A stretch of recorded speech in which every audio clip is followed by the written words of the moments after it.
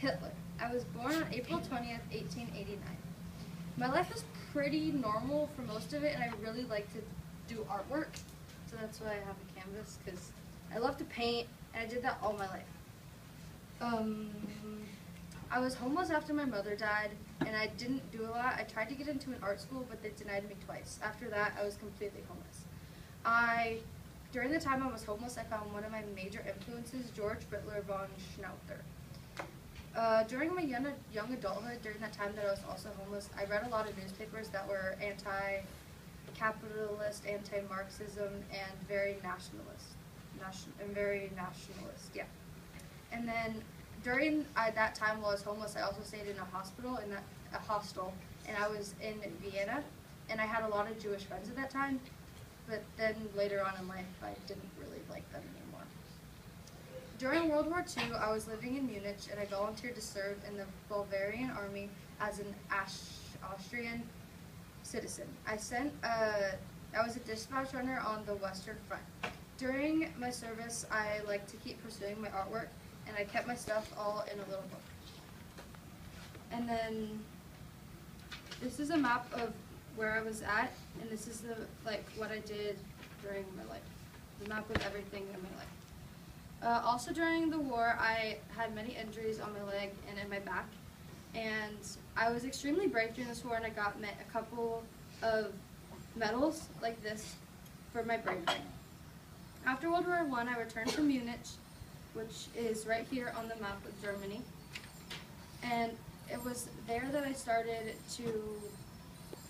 joined the DAP, and that's where I really got into the anti-capitalist and the nationalist stuff and the anti-Marxist ideas through the DAP. I joined the DAP on September 12, 1919, becoming the 55th party member, and while I was at the DAP, I met my main mentor in life, Dietrich Eckart. Also, I designed the party banner because I love to do art, so I designed it, which is the swastika with the red around the side and the white.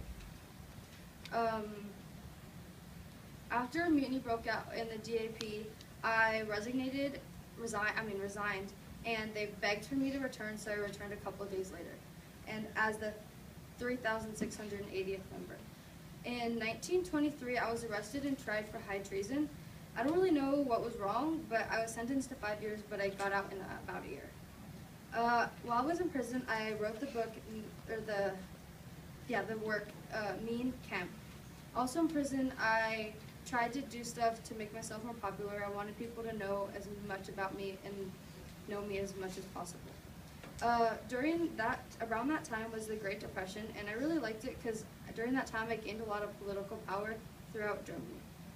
The DAP and I promised, even after I got out of prison, a lot of people were really not interested in what I had to say, but I rejoined the DAP, and we promised that we would only gain power through democratic elections. This is a picture of when I ran for president. Propaganda of when I ran for president. After some trouble, after I got out of prison, there was some trouble regarding my citizenship because I was born not in a different area, so I wasn't able to run for president until 1923. That year, I lost for president, but I'm pretty sure the vote was rigged. I was then appointed chancellor in 1933, and as chancellor, I worked my best to stop the building of a majority government. To achieve all my goals and complete political control, I started the Enabling Act. This is what started the time that I call my reign.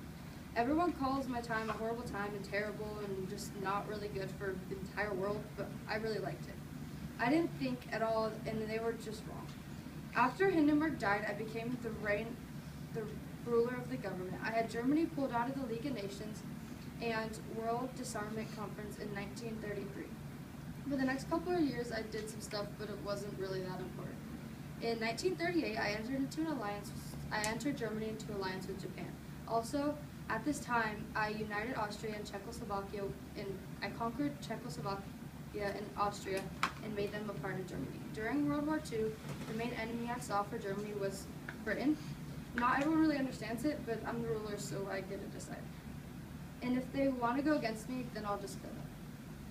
I really wanted to get war started in case I died because I was really scared of an early death. In December of 1941, I remember being asked about the Jews of Russia. I just wanted them gone. I said to exterminate them. Yeah. Between 1939 and 1945, I had heard rumors of plans to kill me. I didn't really want that to happen. I didn't want to be killed. By someone else. I didn't want to be captured. I didn't want anything. I wanted my life to be planned by me. Toward the end of World War II, I noticed we were losing. And then FDR died. At that point, there was no time for peace. There was no hope for peace with the United States. That was when I knew that Germany and myself were in trouble. On April 29, 1945, I knew it was all over. I got married to Eva Braun, and I wrote my will. That's when I heard about the execution of Mussolini. I knew that they were coming for me, and I couldn't be a prisoner. I got really scared, very scared, extremely scared. I got my wife, and I gave her a bottle of cyanide and made her drink it to kill her. Then I got a gun, and I shot myself.